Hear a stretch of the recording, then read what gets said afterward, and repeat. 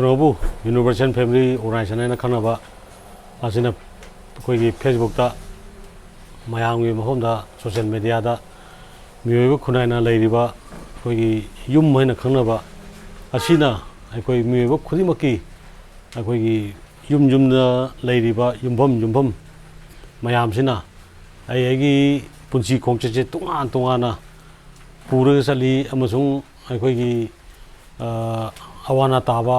नुंगाय फबा थबक थरमदा येतबा चौखट लमजेंदा चेनखिबा अदगी सोमदा तौखट यादबा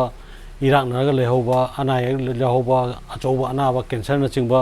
मखन मखा क्यागी अनायक तौदना अरैबा पुनमक लोयरकांदा हक्चांगजु कनम ngамदबा चखिबा पुनमकतु मथंग मथंग थागतना कोई अयाबा प्लेटफॉर्म लोइसिनजरे अदुना हजि अरोइबोइना अखोइना युम अमा साबा तारदि करम मोंगदा करमाय तौर सागनी कमाय तौर लेपनी हायबना चिंबा खरजु यावग्रे अदुगा हजि परिंग थाबाना युमगी कायातपा युम अमदुदा कायातपगी मतंगदा कोई खरा लाइबा चलिबा खोंगचदसिदा अंगदन तमजगे मतममदा अखोइना युमगी परिंग बथाप थाबसे सि खुदुबना तौबा सेदा लौनरामी अदु खुदुबता तौबजी आइगी हाक्तक्ता आइगी खुदुबसिदा लौबदो अदुदो कदोगेबु आइगी इचा थक्ता आइना लेत्रा मतुंगदा आइना थोक्रा मतुंगदा आइगी इचा इशुगी हाक्तक्ता अमुक खंजलकपा तारदि मागी इचागी खुदुबतुगा आइगी खुदुबका मानदबा लई सांगबा खेनै अदुना आइना खुदुबता थाम तारदि हजि लाइबा पोसी अदु आइगी इचा थक्ता अमुक चेंज तौबा लाइबुक्तो चेंज तौबा अमा लाए नुंगाय फ्रमबा अमदि नत्रगना नुंगाय याम वाना लेरंबा हाते हाते लेरंबा अदु फगलकपा इचागी खुदुब इशुगी खुदुब मपा चारो कांदा फगलकपा हाइताई नत्रगना फरमदगी हाइदरकपा थबुक थरम यादना प्रॉपर्टी पुनम संपत्ति पुनम लोय काय कायरगा हक्चांग जुबु लोयहौदबा लेहौदबा हाइताई अदुबा खोंचर अदुगी लैरिबा मयामदो हजि खंबियु अदुना कोइना युमभम मपन लेना जाय ममांग यावग्रबनी अदु युमभम मपनदुदा युमभम 1 सैदा लंजांगभम तागनी सैदा फिरान तागनी सैदा मैखु तागनी सैदा सामू तागनी सैदा अखोइगी मरी मंगा सुबदा संगायमभम तागनी सैदा नोंसा तागनी सैदा तेरे सुबदा अखोइगी तरुक तेरे सुबसिदा अखोइना सैदा लोला हाइना गधा हाइबदु तागनी सैदा तंफाइदु तागनी सैदा लमुई तागनी समाय तौना सिगी युमभम मपनसिदा अखोइगी युमभम ओम खिदंग हिंगोनसे खरा पिक्तक तौरकांदा युमभम मरी सोपा ओम सोपा सारागदि मागी फोन खरा कंसेप्ट तौर पुलगदा कंबाइन होरकांदा खरा साफल लई तोंगान तोंगान सातादि युमभम चारकांदा मफम सारु तादि मागी युमभम दुदा पीरिबा दुगी मागी पुंसी महिंग नत्रगा मागी लाइट हाइतारे माना तौथरकबदा थौबदो अदु खतंग चलगा लेनगनेबा अदुना ममांग हाइजगरे अदुना हजिक युम परिंग थाबा कायातपा मतमदा करमाइना याकनी हाइकांदा अखोइना अहनजिंग हातकता सुमाइना कारण जेंगमी युमजे कारण जेंगमी कारण जे तारे सिदा कारण तारे सी कारण जिदा अखोइगी कनोजी युमगी साबगी युमगी सुमाइना अखोइगी साइजिन हाइबताई साइजिन जे सिदा ताहालामी अदुगो फुरनिगुम हंदरकांदा युमजे सानामी लेपमी अदु हजिक याद्रे कईगी याद्रे हाइदादी हजिक यामना कन्ना येंगैजे अखोइना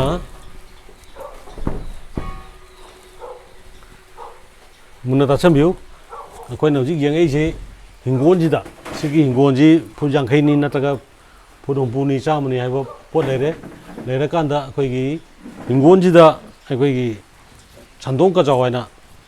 अखोइगी हिंगोनजिगी मपु युम सादोइबा हिंगोनजिगी मपु अमा माइ फंबम अमा एजेक्ट लेगनी स्वाइदा सम येंकादा स्वाइदा लेब्रा जी कोई स्पिरिचुअल लेबा लाइमिट लोन उबा कांबु खतना मसी खंगी अदुगा अखोई अंदाज मारिबा कांबुना अखोई चई लंगना खोतना येंगी अदुना अखोइगी येंदौदगा सोलकांदा अखोइगी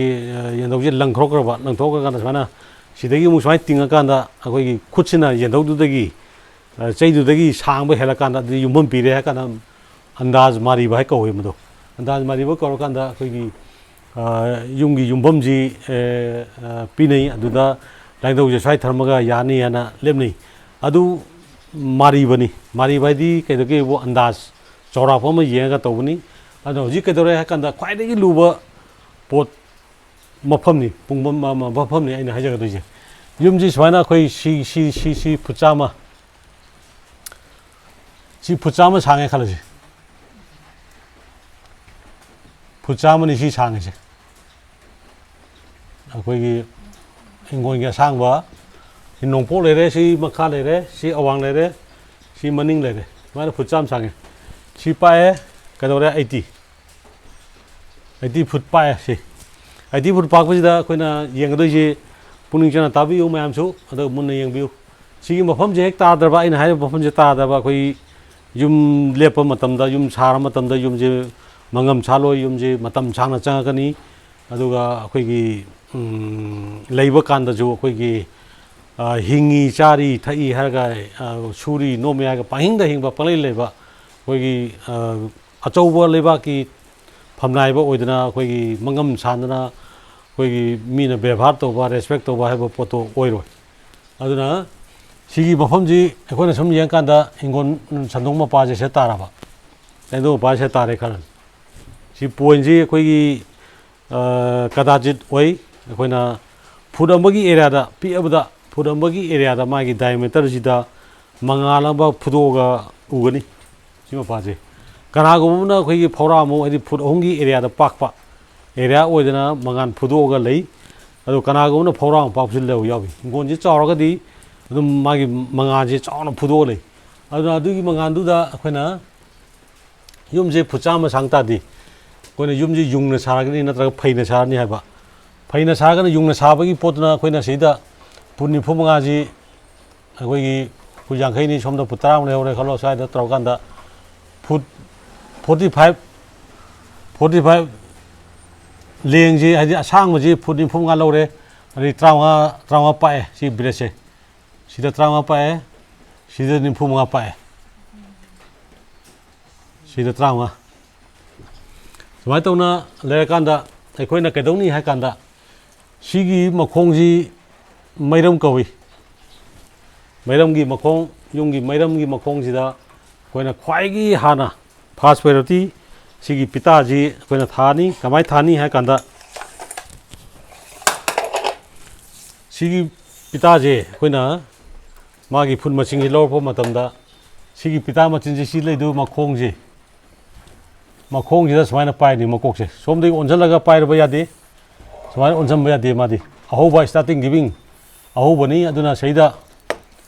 ꯁꯨꯃꯥꯏꯅ ꯄꯥꯏꯔꯅꯤ ꯁꯨꯃꯥꯏꯅ ꯄꯥꯏꯔꯀꯥꯟꯗ ꯁꯤ ꯈꯣꯡꯁꯤ ꯌꯨꯡꯗ꯭ꯔꯤꯉꯩ ꯆꯥꯎꯔꯥꯛꯄ ꯑꯃ ꯌꯦꯡꯒꯅꯤ ꯑꯩꯈꯣꯏꯅ ꯂꯩꯕꯥꯛꯀ ꯇꯥꯕ ꯌꯥꯗꯦ ꯁꯤ ꯄꯤꯇꯥꯁꯦ ꯑꯗꯨꯅ ꯁꯨꯃꯥꯏꯅ ꯇꯧꯔꯀꯥꯟꯗ ꯑꯩꯈꯣꯏꯒꯤ ꯐꯨꯠ 95ꯒ ꯏꯟꯆꯤ 3ꯅꯤ ꯍꯧꯖꯤꯛ ꯁꯥꯡꯗꯣꯏꯁꯦ ꯑꯝꯇ ꯂꯥꯎꯅꯦ ꯑꯗꯨꯅ ꯍꯧꯖꯤꯛ ꯑꯩꯈꯣꯏꯅ ꯁꯨꯃꯥꯏꯅ ꯄꯥꯏꯅꯤ ꯂꯥꯎꯅꯦ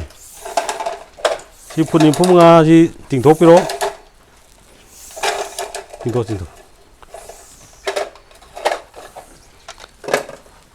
ꯐꯨꯠ 95ꯒ ꯃꯈꯥꯏ ꯁꯥꯡꯉꯦ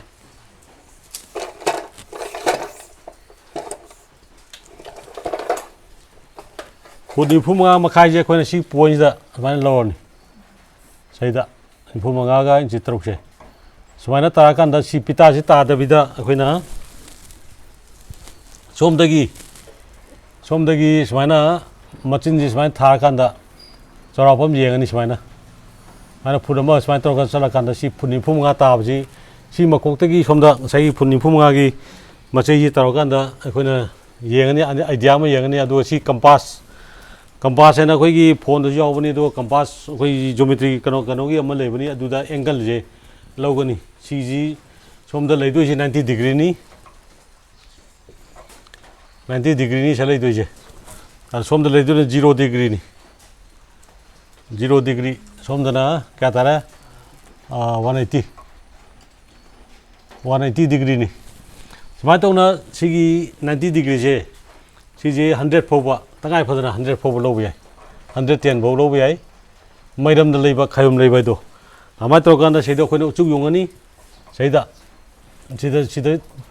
ꯁꯤꯒꯤ ꯌꯣꯠꯀꯤ ꯀꯩꯅꯣꯁꯦ ꯁꯣꯝꯗ ꯃꯩꯔꯝ ꯀꯥꯆꯤꯟꯗꯒꯤ ꯄꯥꯏꯒꯅꯤ ꯀꯩꯒꯤꯅꯣ ꯍꯥꯏ ꯇꯥꯔꯗꯤ ꯁꯤꯗ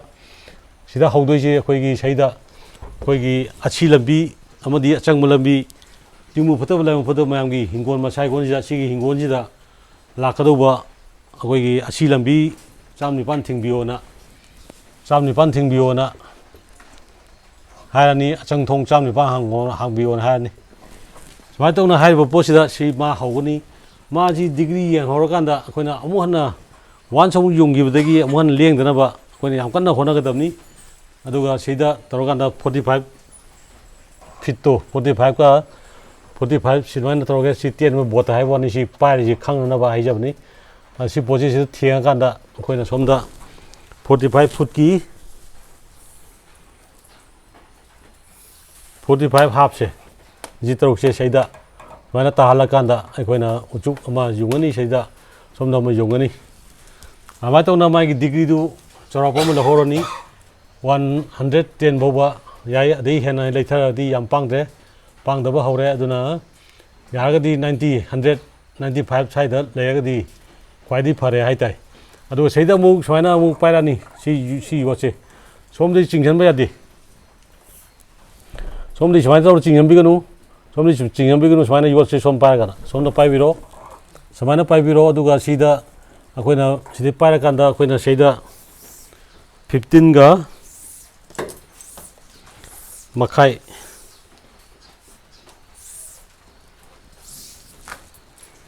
15 ꯍꯥꯞꯇꯣ ꯊꯝꯕꯤꯔꯣ ꯁꯨꯃꯥꯏꯅ ꯁꯤꯗ ꯄꯤꯇꯥꯁꯦ ꯁꯨꯃꯥꯏꯅ ꯄꯥꯏꯕꯤꯒꯗꯧꯅꯤ ꯄꯤꯇꯥ ꯍꯟꯖꯟꯕ ꯌꯥꯗꯦ ꯇꯨ ꯁꯨꯃꯥꯏꯅ 15ꯒ ꯍꯥꯞꯕꯅꯤ ꯁꯤ ꯄꯤꯛꯑꯦ ꯄꯤꯛꯄꯒꯤ ꯑꯗꯨꯝ ꯍꯥꯏꯖꯔꯒꯦ 15 ꯍꯥꯞꯁꯦ ꯁꯨꯃꯥꯏꯅ ꯇꯧꯔꯒ ꯃꯈꯣꯡꯁꯤ ꯌꯨꯡꯕꯤꯔꯣ ꯁꯨꯃꯥꯏꯅ ꯈ꯭ꯋꯥꯏꯗꯒꯤ ꯐꯕꯗꯤ ꯄꯤꯇꯥꯁꯦ 3ꯒꯨꯝꯕ ꯇꯧꯔꯕ ꯁꯤꯗ ꯃꯈꯣꯡ ꯑꯃ ꯌꯨꯡꯉꯅꯤ sida makhong yung ni ko sida makhong yung bita 3 sore kwai phabdi sida sigi angle lor kanda sida 45 fito 45.6 jese thambira kanda sina mu 15.6 to thambira kanda akoi na ji pita ji koi gi method ta hai tai si karan lowa na mala ko ni karan lobudu pita ahung ba chubira kanda sidegi si boji akoi gi karan yeng ma kanda sidegi 1 the 2 koi do ni sida 3 sida 4 thama kanda koi na sidegi si boji foot 95ꯒ inch 3 ꯑꯣꯏꯇꯥꯗꯤ 35ꯒ inch 3 ꯑꯣꯏꯇꯥꯗꯤ ꯁꯤꯅ ꯁꯤꯐꯧꯁꯤ ꯑꯩꯈꯣꯏꯅ ꯁꯤꯗꯒꯤ ꯁꯨꯃꯥꯏꯅ ꯊꯥꯅꯤ ꯃꯈꯣꯡꯁꯦ ꯑꯗꯨꯒ ꯁꯤ ꯊꯥꯕꯁꯤꯗ ꯃꯀꯣꯛꯁꯤ ꯄꯥꯏꯈ꯭ꯔꯦꯅ ꯑꯗꯨꯅ ꯁꯤꯗ 48 ꯐꯤꯠꯁꯦ ꯁꯤꯒꯤ ꯀꯥꯔꯟꯁꯤꯗ 48 ꯐꯤꯠ ꯆꯞ ꯆꯥꯅ ꯊꯝꯃꯀꯥꯟꯗ ꯁꯤꯒꯤ ꯀꯥꯔꯟꯁꯤ ꯆꯞ ꯆꯥꯕꯅꯤ ꯑꯗꯨꯅ 48 ꯁꯦ ꯊꯝꯕꯤꯔꯅꯤ ꯑꯗꯨꯒ ꯁꯣꯝꯗ ꯑꯃꯨꯛ ꯁꯤꯗꯒꯤ ꯁꯣꯝꯗ ꯑꯃꯨꯛ 45.6 ꯁꯦ ꯑꯣꯟꯈꯠꯄꯤꯔꯅꯤ ꯑꯣꯟꯈꯠꯄꯤꯔꯀꯥꯟꯗ ꯉꯁꯥꯏꯒꯤ ꯄꯤꯇꯥꯁꯤ ꯁꯣꯝꯗ ꯑꯃꯨꯛ ꯄꯥꯏꯍꯧꯔꯅꯤ ꯁꯤꯁꯦ 48 ꯐꯨꯠꯇꯨꯗ ꯊꯝꯕꯤꯔꯒ ꯉꯁꯥꯏ ꯀꯥꯔꯟꯗꯣ ꯅꯝꯕꯔ 2 ꯁꯤꯗ 48 ꯐꯤꯠꯁꯦ ꯊꯝꯕꯤꯔꯀꯥꯟꯗ ꯑꯩꯈꯣꯏꯒꯤ ꯁꯨꯃꯥꯏꯅ ꯄꯤꯇꯥꯁꯤ ꯑꯣꯜꯂꯀꯥꯟꯗ ꯁꯨꯃꯥꯏꯅ ꯑꯣꯜꯂꯛꯄ ꯃꯇꯝꯗ ꯁꯣꯝꯗ ꯃꯀꯣꯛꯁꯦ ꯁꯣꯝꯗ ꯑꯃꯨꯛ ꯄꯥꯏꯅꯤ ꯑꯗꯣ ꯁꯤ ꯂꯥꯛꯀꯥꯟꯗ ꯉꯁꯥꯏꯒꯤ 45 ꯐꯤꯠꯇꯨ ꯑꯃꯨꯛ ꯁꯣꯝꯗ ꯑꯃꯨꯛ ꯊꯥꯔꯅꯤ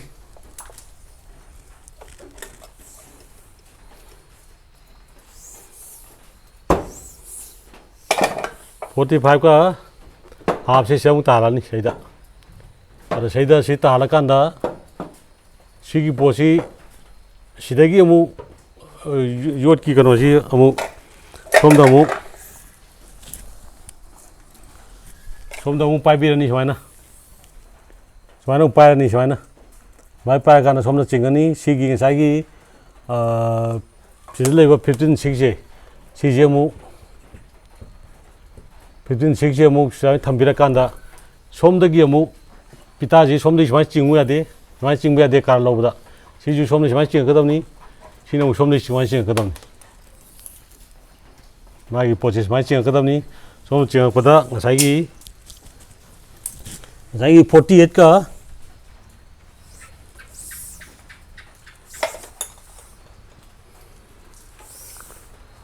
ꯁꯣꯝꯗ 48 ꯂꯩꯈꯤꯕꯗꯣ 48 ꯐꯤꯠꯅꯦꯕ ꯁꯤ ꯂꯩꯁꯦ ꯑꯗꯨꯅ ꯁꯣꯝꯗ ꯀꯩꯗꯧꯒꯦꯕꯨ ꯏꯟꯆꯤ ꯑꯅꯤ ꯍꯦꯜꯂꯛꯑꯅꯤ 48ꯒ 2 ꯏꯟꯆꯤ 2 ꯏꯟꯆꯤꯁꯤ 40ꯒ 2 ꯏꯟꯆꯤꯁꯤ ꯁꯨꯃꯥꯏꯅ ꯊꯝꯕꯤꯔꯀꯥꯟꯗ ꯁꯤꯒꯤ ꯀꯥꯔꯟꯁꯦ ꯄꯣꯞ ꯇꯥꯕꯅꯤ ꯑꯗꯨꯅ ꯁꯤ ꯎꯆꯨꯛꯁꯤ ꯂꯦꯡꯅꯔꯔꯣꯏ ꯑꯗꯨꯅ ꯄꯤꯇꯥ ꯑꯍꯨꯝꯒꯨꯝꯕ ꯇꯧꯔꯀꯥꯟꯗ ꯁꯨꯃꯥꯏꯅ ꯁꯣꯝꯗꯒꯤ ꯁꯨꯃꯥꯏꯅ ꯑꯃ ꯂꯧꯕ ꯁꯣꯝꯗꯒꯤ ꯁꯨꯃꯥꯏꯅ ꯑꯃ ꯂꯧꯕ ꯑꯗꯨ ꯀꯥꯔꯟ ꯇꯥꯔꯅꯤ ꯁꯨꯃꯥꯏꯅ ꯑꯩꯈꯣꯏꯒꯤ ꯂꯦꯞꯄꯅꯤ ꯁꯤꯅ ꯁꯣꯝꯗ 15ꯒ 0.6 ꯁꯨꯃꯥꯏꯅ ꯊꯝꯃꯅꯤ ꯁꯣꯝꯗꯒꯤ ꯀꯣꯠꯂꯅꯤ ꯁꯣꯝꯗꯒꯤ ꯀꯣꯠꯂꯅꯤ ꯁꯣꯝꯗꯒꯤ ꯀꯣꯠꯂꯅꯤ ꯁꯣꯝꯗꯒꯤ ꯀꯣꯠꯂꯅꯤ ꯑꯗꯨꯃꯥꯏꯅ ꯇꯧꯔꯀꯥꯟꯗ ꯁꯤꯒꯤ ꯀꯥꯔꯟꯒꯤ ꯑꯍꯥꯟꯕꯒꯤ ꯆꯨꯈꯣꯡ ꯂꯦꯞꯄ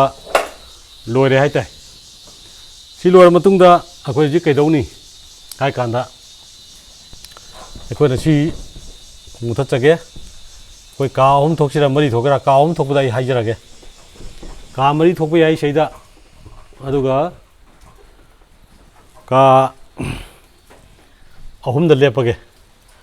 ꯁꯨꯃꯥꯏꯅ ꯑꯩꯈꯣꯏ ꯍꯧꯖꯤꯛ ꯑꯩꯈꯣꯏꯒꯤ 45ꯁꯤ ꯀꯥ ꯑꯍꯨꯝ ꯊꯣꯛꯇꯣꯏꯅꯤ 45ꯁꯤ ꯀꯥ ꯑꯍꯨꯝ ꯊꯣꯛ ꯇꯥꯔꯗꯤ ꯁꯤꯗ ꯑꯩꯈꯣꯏ ꯁꯨꯃꯥꯏꯅ ꯇꯧꯔꯀꯥꯟꯗ ꯁꯨꯃꯥꯏꯅ ꯇꯤꯡꯉꯅꯤ ꯁꯤꯗꯒꯤ ꯁꯣꯝꯗ ꯁꯨꯃꯥꯏꯅ ꯇꯤꯡꯉꯅꯤ ꯇꯤꯡꯉꯀꯥꯟꯗ ꯑꯩꯈꯣꯏꯅ 15 ꯐꯨꯠ 35ꯁꯤ ꯃꯥꯒꯤ ꯀꯩꯅꯣꯁꯤ ꯊꯨꯡꯒꯅꯤ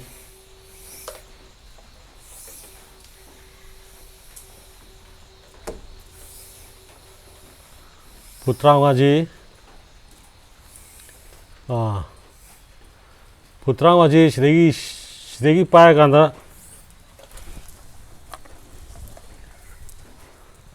ꯁꯤꯗ ꯑꯃ ꯂꯦꯞꯄ꯭ꯔꯧꯅꯤ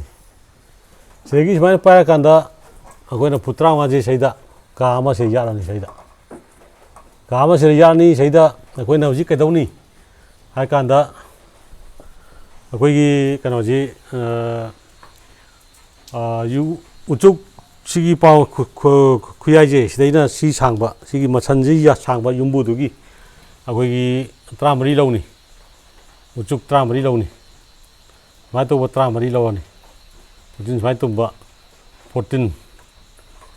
ꯎꯆꯨꯛ ꯍꯥꯏꯇꯥꯔꯦ ꯌꯣꯠꯀꯤ ꯑꯣꯏꯔꯣ ꯃꯆꯤꯟ ꯇꯨꯝꯃꯅꯤ ꯃꯆꯤꯟ ꯇꯨꯝꯍꯧꯗ꯭ꯔꯒꯅ ꯂꯪ ꯌꯦꯜꯂꯀꯥꯟꯗ ꯃꯃꯤ ꯃꯀꯣꯛ ꯈꯪꯅꯅꯕ ꯁꯦꯝꯃꯅꯤ ꯋꯥꯒꯤ ꯑꯣꯏꯔꯒꯅ ꯑꯩꯈꯣꯏꯒꯤ ꯎꯇꯪ ꯋꯥ ꯅꯠꯇ꯭ꯔꯒꯅ ꯁꯅꯩꯕꯤ ꯋꯥ ꯑꯗꯨꯁꯨ ꯃꯇꯣꯟ ꯁꯣꯔꯝꯗꯕ ꯑꯩꯈꯣꯏꯒꯤ ꯃꯇꯣꯟꯁꯦ ꯀꯣꯟꯗꯕꯒꯨꯝꯕ ꯃꯇꯣꯟꯁꯦ ꯌꯨꯡꯕꯒꯨꯝꯕ ꯋꯥ ꯃꯆꯥ ꯌꯥꯝ ꯆꯥꯎꯕ ꯏꯟꯆꯤ 2ꯒꯨꯝꯕ ꯆꯥꯎꯕ ꯑꯃꯒꯨꯝꯕ ꯆꯥꯎꯕ ꯑꯃ ꯂꯧꯕꯤꯔꯅꯤ ꯃꯥꯒꯤ ꯃꯇꯥꯡꯁꯤ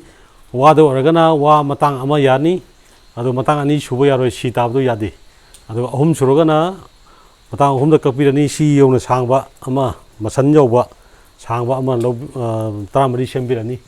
ꯁꯦꯝꯕꯤꯔꯀꯥꯟꯗ ꯁꯤꯗ ꯃꯔꯤ ꯆꯪꯈ꯭ꯔꯅꯤ 1 2 3 4 ꯆꯪꯈ꯭ꯔꯅꯤ 10 ꯂꯩꯍꯧꯅꯤ 10ꯗꯨꯗ ꯉꯁꯥꯏꯒꯤ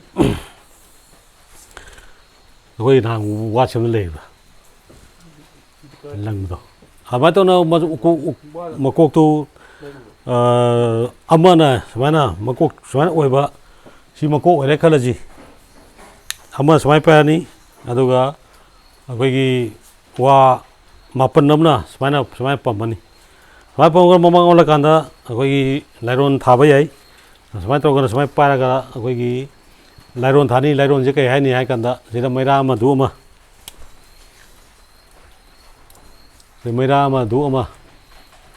ꯑꯃ ꯊꯥꯜꯂꯀꯥꯟꯗ ꯑꯊꯦꯟꯄꯣꯠꯀꯨꯝꯕ ꯁꯦꯝꯕ ꯌꯥꯏ ꯍꯩ ꯔꯥ ꯈꯔ ꯍꯥꯞꯄ ꯆꯦꯡ ꯈꯔ ꯍꯥꯞꯄꯒ ꯑꯊꯦꯟꯄꯣꯠ ꯁꯦꯝꯕ ꯌꯥꯏ ꯑꯗꯨꯒ ꯑꯗꯨꯗ ꯍꯥꯏꯗꯣꯏꯕ ꯃꯔꯣꯟꯁꯤ ꯑꯩꯈꯣꯏꯅ ꯇꯣꯝꯕ ꯆꯥꯎꯕ ꯍꯥꯏꯔꯁꯤ ꯁꯥꯒꯩ ꯑꯗꯨ ꯍꯥꯏꯕꯤꯔꯣ ꯁꯥꯒꯩ ꯍꯥꯏꯔꯣ ꯉꯁꯥꯏꯒꯤ ꯑꯣꯀ꯭ꯔꯝ ꯍꯥꯏꯔꯣ ꯑꯣꯀ꯭ꯔꯝꯒꯤ ꯇꯣꯝꯕ ꯍꯥꯏꯔꯣ ꯑꯩꯈꯣꯏꯒꯤ ꯇꯥꯎꯟꯈꯣꯛꯇ ꯂꯩꯔꯦ ꯍꯥꯏꯔꯣ ꯑꯣꯀ꯭ꯔꯝ ꯇꯣꯝꯕ ꯍꯥꯏꯅ ꯈꯪꯕꯤꯔꯣ ꯑꯣꯀ꯭ꯔꯝ ꯇꯣꯝꯕꯗꯤ ꯃꯥꯏ ꯌꯨꯝꯕꯨꯔꯦꯝꯕꯤꯅ ꯇꯣꯝꯕꯤ ꯍꯥꯏꯕꯤꯔꯣ ꯇꯣꯝꯕꯤꯒ ꯇꯣꯝꯕꯒꯤ ꯃꯆꯥ ꯃꯁꯨ ꯁꯨꯔꯣꯟꯁꯤꯡꯒꯤ ꯑꯩꯈꯣꯏꯒꯤ ꯃꯧ ꯃꯁꯥ ꯁꯪꯒꯥꯏ ꯃꯇꯥ ꯐꯕ ꯑꯃ ꯍꯤꯡꯒꯣꯜ ꯃꯆꯥ ꯍꯤꯡꯒꯣꯜ ꯑꯁꯤꯗ ꯇꯥꯏꯕꯪ ꯃꯄꯨꯒꯤ ꯊꯋꯥꯏ 5 ꯃꯤꯒ ꯊꯥ 3 ꯉꯁꯥꯏꯒꯤ ꯁꯤꯒꯤ 3 ꯂꯦꯝꯕꯁꯦ ꯁꯤꯒꯤ 3 ꯂꯦꯝꯕꯁꯤ ꯇꯥꯅꯕ ꯑꯩꯈꯣꯏꯒꯤ ꯃꯧ ꯃꯁꯥ ꯁꯪꯒꯥꯏ ꯃꯇꯥꯕ ꯑꯃ ꯂꯦꯞꯆꯒꯦ ꯌꯨꯝꯐꯝ ꯃꯇꯥꯕꯗ ꯄꯨꯊꯗꯅ ꯃꯧ ꯃꯁꯥ ꯁꯪꯒꯥꯏ ꯃꯇꯥꯕ ꯑꯃ ꯂꯦꯞꯆꯒꯦꯅ ꯍꯥꯏꯅꯤ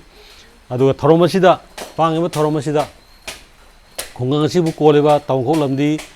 ꯂꯣꯌꯥ ꯂꯥꯛꯄꯒ ꯏꯃꯥ ꯅꯨꯡꯊꯦꯜ ꯑꯃꯒ ꯑꯅꯤꯅ ꯏꯕꯨꯙꯧ ꯂꯣꯌꯥ ꯂꯥꯛꯄꯒ ꯅꯨꯡꯊꯦꯜ ꯑꯃꯅ ꯄꯨꯏ ꯑꯗꯨꯅ ꯏꯕꯨꯙꯧ ꯂꯣꯌꯥ ꯂꯥꯛꯄ ꯅꯨꯡꯊꯦꯜ ꯑꯃꯁꯨ ꯉꯁꯤ ꯀꯧꯕ ꯀꯣꯔꯧ ꯍꯥꯏꯗꯤ ꯑꯩꯈꯣꯏꯒꯤ ꯊꯋꯥꯟ ꯊꯥꯒꯤ 15ꯅꯤ ꯄꯥꯟꯕ ꯀꯣꯔꯧ ꯅꯨꯃꯤꯠ ꯈꯨꯃꯟ ꯃꯇꯝ ꯍꯥꯏꯒꯦꯔꯥ ꯃꯉꯥ ꯃꯇꯝ ꯍꯥꯏꯒꯦꯔꯥ ꯃꯇꯝꯗꯨꯒꯤ ꯃꯇꯝꯗꯣ ꯍꯥꯏꯕꯤꯔꯣ ꯑꯗꯨꯗ ꯄꯥꯡꯉꯤꯕ ꯇꯣꯝꯕ ꯆꯥꯎꯕꯒꯤ ꯉꯁꯥꯏ ꯑꯣꯀ꯭ꯔꯝ ꯇꯣꯝꯕ ꯆꯥꯎꯕꯒꯤ हिंगोल मसाइगोन से युम मता फबदा तांगपो मपुगी थवाई मंगा मीगा था तरोना लेपचगेना हाइबदो अदुदा ngसागी खुंगंग सिबु कोलिबा दो लेंबिरो ओन हाइबिरो दो मागी मरी सुंदान पान पुरी दो थांजिंग कोब्रु मार्जिन कई गुरु सिदाबाना हाइबदो दो लेंबिरो सरुग याबिरो हारो नोंदोन थक्तगी आदि अध्यादगी तांगबा मपुरेन सिदाबा चिंगु सिदाबा खोला पुनसु खुंगम मिगना सरुग याबिओना हाइबिरो अदुगा लेंबिदेबा बदो बेंदौ सिंग अबदी तांगबा मपु चिंगु सिदाबा खोला पुनना लेंबिरकपदा लोइनरकपा नोंदोन थक्तगी लोइनरकपा तांगबा मपुरेन सिदाबा चिंगु सिदाबा खोला पुन लेंबिरकपा अमदी मागी मरी सुंदा निपान पुरीबा दो थांजिंग कोब्रु margin Chigi कुरदो Wangbren सिदाबना खोंदो हलक्ता लोइनरकपा तिमु फतबा lime फतबा अमदी Hingol मसाइगोन सिदा लेरंबा तिमु फतबा लायम फतबा खुदिमक्तो लेमलै हौरी खा पांगना होइदरगा मोदो वांगब्रेन मसाइगोलांदगा तेनबा लायम मांगी सना खुरुंग लेबने सना खुरुंदुदा थोंगला फपने चंगियावानी थोरपा यादबनी अदुदा होय होय लाउना होइदा बिदना हिंगोल मसाइगोन सिदा तेनबा यावदा तिनचु लाइचुदा मिनो मसाला मो यावदा इकाय फरु खुंबा यावदा जिकौबा कोरो सिदगी नुआय फना संगोन नाइगोन थना चिमु मयोंग चोमना मोटर गाड़ी ने चिमु पुंग मरी फाना नुआय फना चाक्सौबी मसाइगोन दि थोरपा ताइमुचा दु चारगा नुआय फना वाता पादना पांजरगे एना हारगा खोरमनी खोरमकांदा सागी उचुकतुदा खोना अरे अतेनबा लाइरोन लाइगी मोवा खर लई वारोन खर लई अदुदा सागी हे संदोंगरी बना चुदी सनायंग मरी हाना नसना नुंथांग कुपनी मई सिंग नुचिरंबु फायादि फा कवेदा वारों खर लई अदु सोनजमबिरकांदा सागी युम्बुसिना पुनिंग चना निरकांदा सागी इसेंबा लाइमिनोन उबा कांबुदी हाइबा खोब्लासिंदो लाकपो उबनी अदुगा युमदुदा तिमु फतबा लाइ फत लई जु खंगबनी खंग चखरे कोखरे जु खंगबनी आमात्रोकांदा कोथोकांदा साई खोरमकांदा साई वाजी खोइना चैदु समाय पाइबिरनी साई पाइबिरकांदा सोमदा लैबा खोइगी चैजिना समाय पानी सिवाना पानी अदुगा सिदा लैबा उचुक मापन दो समाय पाकांदा खोइना चैथे कोपिदोना खोइना दुक मेरा थारिबा अदुगी मनाक्तुदा अखोइगी थम वाना लंखपिने समायना लंखपदुदा हाइनी आइगी मोमसना संगाय मता फबजिगी माइगी मरी सुंदाने पांगी चुखोमाबु ताकपि तंबिरो दो थांजिन कोब्रु माजिन चिगी क्रो दो वांगब्रे सिदाबना चुखोमाबु ताकपिरो तंबिरो हाना लाक्तना समायना खोरमलोरका लंगदा मथक्ता लंगबदुदा सिगी मचै तुम्मिबजे समाय तौना तुम्बा मचैसिना माना ओनबा मफमदा अखोइना अदुगी पोतो खुरमकांदा अखोइना मदुगी पोतो लौदोइनी अदुना माना पाइरिबा चैसिना साइ दुक थांमै थारिबा थेंपोट तौरिबदुगी मनाक्ता मचिनजिना मखा ओलका समाय थंबिरकांदा फजना पुनिंग चना युम्बुरेंबी अनिना मचा मसुजिंना थौनिबिरोरो थादि खुरमहन थौनिबा आदि खुरमनबा तौबि हलो अदुगा हौगलाकांदा ngसाई उचुक मापनदो अदुना चलिबा ओलिबा माइगै मयामदुदगी मैरम ओनमना मैरम लौग्रानी खोइगी मखा ओमना मखा लौनी संदोंग ओनमना संदोंग लौनी कौब्रु ओमना कौब्रु लौनी चिंखै ओमना चिंखै लौनी अदुगा अखोइना उचुकसिंगदो पाइरानी समाना ओनबा मैरम पांगना ओनबा उचुकसियाना पाइरानी खुजियाना अदुना मखादगी हुमनी समाना ओजिना मथक्तगी समाना नमदानी अदुगा समाय तरोकांदा अखोइना मैरम हाइरबा काचिनजिदा चंगाकांदा ngसाई युम्बुरेंबदुना हाइजगदबनी हाइतबगी अखोइ परिंग थाबा मी अखोइजो दुम हाइरी युम्बुरी मसाना हाइजगरी नना अखोइगी मोमसना संगाय सिगी से परिंग माबु थारे काया माबु जाकदोरे माइगे मरी सुंदाने बागी चोखो माबु पिरकपदा हे ब्रो वांगब्रे सिदाबा नंगना ngasi कोबो कोरो सिदा सना संगाय सिगिने चोखो माबु ओबिदना सना संगाय सिदने आसी थोंग चामनि पान हिंगोल मसाइगोन सिदा आसी थोंग चामनि पान थेंबिउ अचंग थोंग चांगनि पान हांगबिदना तिमु फतबा लाइ फतो खुदिनो गापि सेंबिरोना सैदा खोने समाने युंगने समाने सोरजे सांग थिंगकनी तिनको जो संगनी सोरजे थादोबगा सैदा गिलो नमदौनी समाने नमदोबा अदो सिन नमकांदा अखोइना मदु फुजनबा याबा फुजलनी अदुगा फजना थौनिरनी ngasiदगी ngsaigi asi tongchani pando putna achang tongchani pando hangbida timu photaba lai photo mayano ngapi semida hebdo wangbre sidabna phamorba phandibra na tawdo adu yengakanda maji laurani phamme hebdo paring thaiba laimi uba kambudi adum khangmani adu phajana thongni birakanda ngsaigi si makhong mayam ji mathang hapako matamda maigi mari ji hana hapkani mathangda amumu sumaina paigani sandong onba natra maning onba natraga उचुक मैम मथक ननलग तासनब यावी ननब माइगो यारगदी मथक थंग फोरगा ꯑꯩꯈꯣꯏꯅ ꯂꯧꯔꯛꯀꯅꯤ ꯁꯤꯅ ꯁꯨꯃꯥꯏꯅ ꯄꯥꯏꯅꯤ ꯁꯨꯃꯥꯏꯅ ꯇꯧꯅꯤ ꯑꯗꯣ ꯃꯆꯤꯟ ꯑꯣꯟꯕ ꯃꯥꯏꯀꯩꯗꯣ ꯁꯟꯗꯣꯡ ꯑꯣꯜꯂꯗꯤ ꯈ꯭ꯋꯥꯏ ꯐꯩ ꯑꯗꯨꯅ ꯑꯗꯨ ꯑꯣꯟꯕꯗꯨꯗ ꯎꯆꯨꯛꯇꯣ ꯀꯥꯟꯕ ꯌꯥꯗꯦ ꯁꯨꯃꯥꯏꯅ ꯄꯥꯏꯕꯤꯔꯀꯥꯟꯗ ꯁꯟꯗꯣꯡ ꯃꯥꯏꯀꯩ ꯂꯥꯛꯄꯤꯔꯅꯤ ꯁꯟꯗꯣꯡ ꯃꯥꯏꯀꯩꯁꯤꯗ ꯑꯁꯨꯃꯥꯏꯅ ꯂꯥꯛꯑꯀꯥꯟꯗ ꯑꯩꯈꯣꯏꯒꯤ ꯁꯟꯗꯣꯡ ꯃꯥꯏꯀꯩꯁꯤꯗ ꯁꯨꯃꯥꯏꯅ ꯎꯆꯨꯛꯁꯤ ꯀꯩ ꯍꯥꯏꯅꯤ ꯍꯥꯏ ꯀꯥꯟꯗ ꯃꯣꯡ ꯁꯅꯥ ꯁꯉꯥꯏ ꯅꯅꯥꯏ ꯑꯩꯈꯣꯏꯒꯤ ꯃꯣꯡ ꯁꯅꯥ ꯁꯉꯥꯏ ꯃꯇꯥ ꯐꯥꯎꯕꯁꯤꯒꯤ ꯁꯟꯗꯣꯡ ꯃꯥꯏꯀꯩ ꯄꯨꯔꯤꯕ ꯕꯨꯗꯧ ꯊꯥꯡꯖꯤꯡ ꯅꯪꯅ ꯁꯅꯥ ꯁꯪꯒꯥꯏ ꯑꯁꯤ ꯆꯨꯈꯣꯡ ꯃꯥꯕꯨ ꯑꯣꯏꯕꯤꯗꯅ ꯉꯁꯤꯗꯒꯤ ꯁꯅꯥ ꯁꯪꯒꯥꯏ ꯑꯁꯤ ꯆꯨꯈꯣꯡ ꯑꯁꯤꯒꯤꯅꯦ ꯁꯤꯁꯦ ꯁꯅꯥ ꯁꯪꯒꯥꯏ ꯑꯁꯤꯅ ꯍꯦꯛ ꯂꯥꯛꯄꯗꯒꯤ ꯂꯩꯕꯗꯒꯤ ꯃꯈꯣꯏꯒꯤ ꯑꯩꯈꯣꯏꯒꯤ ꯅꯅꯥꯏ ꯑꯩꯈꯣꯏꯒꯤ ꯏꯆꯥ ꯏꯁꯨ ꯁꯨꯔꯣꯟ ꯄꯤꯕꯤꯗꯅ ꯃꯩꯅ ꯋꯥꯏ ꯇꯥꯏꯅ ꯁꯝ ꯃꯨꯠꯄ ꯅꯥꯏꯗꯅ ꯇꯥꯏꯕꯪ ꯃꯥꯂꯦꯝꯗ ꯑꯩꯒꯤ ꯏꯆꯥ ꯏꯁꯨ ꯄꯨꯝꯅꯃꯛꯄꯨ ꯊꯝꯕ ꯃꯕꯗꯣ ꯍꯣꯌꯥꯍꯟꯕꯤꯌꯨ ꯌꯥꯕꯤꯌꯨ ꯍꯥꯏꯗꯨꯅ ꯁꯤꯗ ꯆꯨꯛ ꯂꯧ ꯌꯨꯡꯅꯤ ꯁꯨꯃꯥꯏꯅ ꯁꯤꯗ ꯌꯨꯡꯉꯅꯤ ꯌꯨꯡꯉꯀꯥꯟꯗ ꯁꯤꯁꯦ ꯑꯩꯈꯣꯏꯅ ꯌꯨꯝꯕꯨꯔꯦꯝꯕꯗꯨꯅ ꯑꯃꯨꯛ ꯈꯣꯏꯔꯝꯃꯅꯤ ꯌꯥꯔꯤꯈꯩꯗꯤ ꯃꯁꯥꯅ ꯇꯧꯕ ꯈ꯭ꯋꯥꯏ ꯐꯩ ꯃꯁꯤ ꯐꯥꯕ ꯈꯪꯕ ꯌꯥꯝ ꯐꯩ ꯌꯨꯝꯕꯨꯔꯦꯝꯕꯤ ꯑꯅꯤꯅ ꯇꯧꯖꯕ ꯌꯥꯝ ꯐꯩ ꯑꯗꯨꯃꯥꯏꯅ ꯇꯧꯅ ꯁꯤꯒꯤ ꯃꯈꯣꯡꯁꯦ ꯑꯃꯨꯛ ꯀꯧꯕ꯭ꯔꯨ ꯑꯣꯜꯂꯛꯄ ꯃꯈꯣꯡ ꯁꯨꯃꯥꯏꯅ ꯀꯧꯕ꯭ꯔꯨ ꯑꯣꯜꯂꯛꯄ ꯃꯥꯏꯒꯤꯗ ꯑꯣꯜꯂꯛꯄ ꯃꯈꯣꯡꯗꯣ ꯁꯤ ꯃꯈꯥꯗ ꯁꯨꯃꯥꯏꯅ ꯄꯥꯏꯕꯤꯌꯨ ꯃꯊꯛꯇ ꯁꯨꯃꯥꯏꯅ ꯅꯟꯕꯤꯌꯨ ꯑꯗꯨꯒ ꯁꯤ ꯄꯥꯏꯕꯤꯔꯣ ꯑꯗꯨꯒ ꯀꯧꯕ꯭ꯔꯨ ꯃꯥꯏꯀꯩ ꯂꯥꯛꯑꯣ ꯀꯧꯕ꯭ꯔꯨ ꯃꯥꯏꯀꯩ ꯂꯥꯛꯑꯀꯥꯟꯗ ꯁꯤꯒꯤ ꯀꯧꯕ꯭ꯔꯨ ꯃꯥꯏꯀꯩꯁꯤꯗ ꯌꯨꯝꯒꯤ ꯕꯥꯎꯟꯗꯔꯤ ꯑꯣꯏꯔꯤꯕ ꯃꯅꯨꯡꯁꯤꯗ ꯌꯨꯝꯕꯨꯔꯦꯝꯕꯤ ꯍꯦꯟꯗꯣꯛꯄ ꯌꯥꯗꯦ ꯅꯨꯄꯥꯅ ꯌꯦꯠꯇ ꯂꯦꯞꯄꯤꯌꯨ ꯅꯨꯄꯤꯅ ꯌꯨꯝꯕꯨꯔꯦꯝꯕꯤꯅ ꯑꯣꯏꯗ ꯂꯦꯞꯄꯤꯌꯨ ꯑꯗꯨꯒ ꯍꯥꯏꯔꯤꯕ ꯊꯧꯔꯝ ꯑꯁꯤꯗ ꯑꯃꯨꯛ ꯍꯥꯏꯔꯅꯤ ꯁꯦꯁꯦ ꯑꯋꯥꯡ ꯀꯧꯕ꯭ꯔꯨ ꯑꯁꯨꯞꯄ ꯍꯥꯏꯅ ꯈꯪꯅꯕ ꯃꯁꯥꯏꯒꯣꯟ ꯑꯁꯤꯗꯅꯦ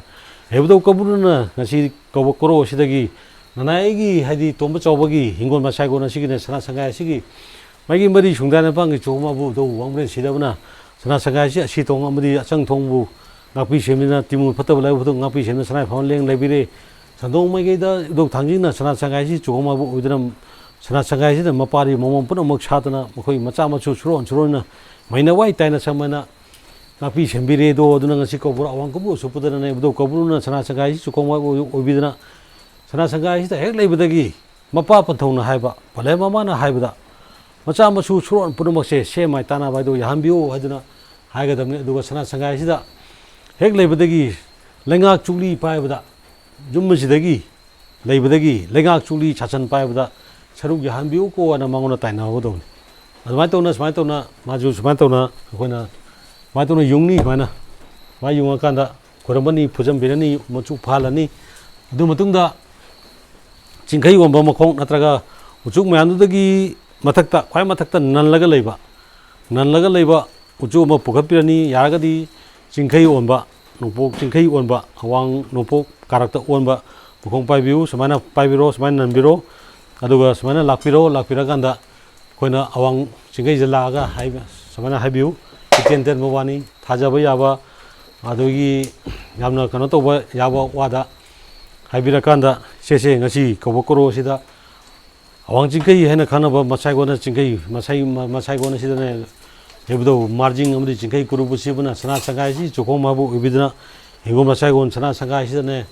ꯁꯅꯥ ꯁꯪꯒꯥꯏ ꯃꯇꯥꯕꯅ ꯍꯦꯛ ꯂꯩꯔꯤ ꯃꯈꯩ ꯑꯅꯧꯕ ꯁꯅꯥ ꯁꯪꯒꯥꯏ ꯂꯥꯛꯇ꯭ꯔꯤꯐꯥꯎ ꯁꯅꯥ ꯁꯪꯒꯥꯏ ꯃꯇꯥꯕꯅ ꯍꯦꯛ ꯁꯥꯒꯠꯄ ꯁꯦꯝꯒꯠꯄ ꯍꯧꯔꯛꯄꯗꯒꯤ ꯄꯨꯀꯩ ꯂꯪꯒꯩ ꯄꯨꯝꯅꯃꯛꯄꯨꯅꯦ ꯁꯦꯆꯦ ꯃꯃꯥ ꯂꯩꯃꯔꯦꯟ ꯁꯤꯗꯕꯒꯤ ꯌꯥꯊꯪ ꯄꯨꯔꯤꯕ ꯆꯤꯡꯈꯩ ꯀꯨꯔꯨꯕꯨ ꯁꯤꯕꯒꯤ ꯇꯥꯂꯣꯏ ꯑꯣꯏꯕꯤꯔꯤꯕꯤ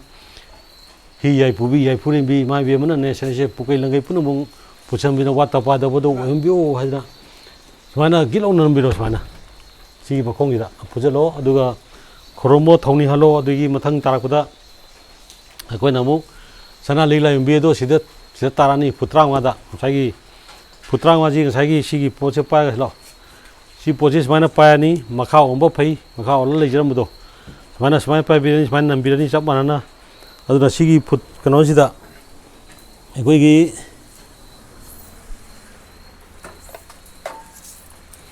ꯄꯤꯇꯥꯁꯤ ꯀꯥꯟꯕ ꯌꯥꯗꯦ ꯄꯤꯇꯥ ꯍꯦꯛ ꯀꯥꯜꯂꯗꯤ ꯃꯥꯒꯤ ꯃꯇꯤꯛ ꯃꯒꯨꯟꯁꯦ ꯃꯥꯡꯉꯤ ꯌꯨꯝꯗꯨꯒꯤ ꯄꯤꯇꯥ ꯀꯥꯟꯕꯤꯒꯅꯨ ꯁꯨꯃꯥꯏꯅ ꯇꯧꯔꯀꯥꯟꯗ ꯂꯥꯛꯑꯀꯥꯟꯗ ꯐꯨꯠ 35ꯒꯤ ꯄꯣꯠꯁꯤ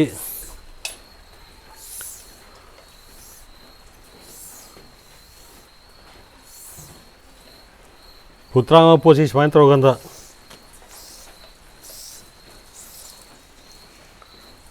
ꯐꯨꯠ 35 ꯄꯣꯠꯁꯤ ꯃꯆꯤꯟꯁꯤ ꯁꯨꯃꯥꯏꯅ ꯄꯥꯏꯕꯤꯔꯣ ꯑꯗꯨꯒ ꯁꯤꯗ ꯐꯨꯠ 35ꯁꯤ ꯁꯤꯗ ꯇꯥꯕ ꯃꯐꯝꯁꯤꯗ ꯁꯨꯃꯥꯏꯅ ꯊꯝꯕꯤꯔꯣ ꯁꯨꯃꯥꯏꯅ ꯊꯝꯕꯤꯔꯀꯥꯟꯗ ꯑꯩꯈꯣꯏꯅ ꯎꯆꯨꯛꯁꯦ ꯄꯥꯏꯔꯒꯅꯤ ꯁꯨꯃꯥꯏꯅ ꯄꯥꯏꯔꯅꯤ ꯄꯥꯏꯔꯀꯥꯟꯗ ꯁꯤꯗ ꯋꯥꯍꯩꯗꯣ ꯁꯨꯃꯥꯏꯅ ꯍꯥꯏꯔꯅꯤ ꯁꯦꯁꯦ ꯃꯣꯃꯣ ꯁꯅꯥ ꯁꯪꯒꯥꯏ ꯃꯇꯥ ꯐꯥꯎꯕꯁꯤꯒꯤ ꯍꯦ ꯁꯅꯥ ꯂꯤꯂꯥꯏꯕꯤ ꯑꯣꯏꯔꯤꯕ ꯅꯪꯕꯨ ꯉꯁꯤ ꯀꯧꯕ ꯉꯁꯥꯏ ꯑꯣꯀ꯭ꯔꯝ ꯇꯣꯡꯕ ꯍꯥꯏꯕꯗꯨꯒꯤ ꯊꯋꯥꯏ ꯃꯤꯔꯥꯏ ꯑꯆꯧꯕ ꯇꯥꯏꯕꯪ ꯃꯄꯨꯒꯤ ꯊꯋꯥꯏ ꯃꯤꯔꯥꯏ ꯑꯆꯧꯕꯒ ꯂꯣꯏꯅ 산하기 범반을 랭내나 산하 상가이 우마 사이곤시나 해레리 막이 산하 상가이시 더미나 정보 어디다 산하 상가이 산하 범반을 랭내비로 고원 하가 समाना युंबिरो अदुगा सी फुजलो अदु फजना खोरमलो थौनियालो अदु मथंगदा फुट कनोगा फुट निफुमगानी अदुना सैदा अमा मुलानी सेला कंदा खोइना सैदा सिदा मुलानी का खाइबनी मातोना लानी ला कंदा सैदा अखोइना फुट कुंथ्रागा त्रांगा लेरे फुट 32 लाक्तोइनी त्रांगा तुकदी कुंथ्रा माथोय 31 फीट सांगना तिंग्रकांदा समाना सांग तिंग्रकांदा 31 फुट 31 फीट काय तागेना येंबिरनी हन्नदनबा सोयदनबा कारण नुन चेंदनबा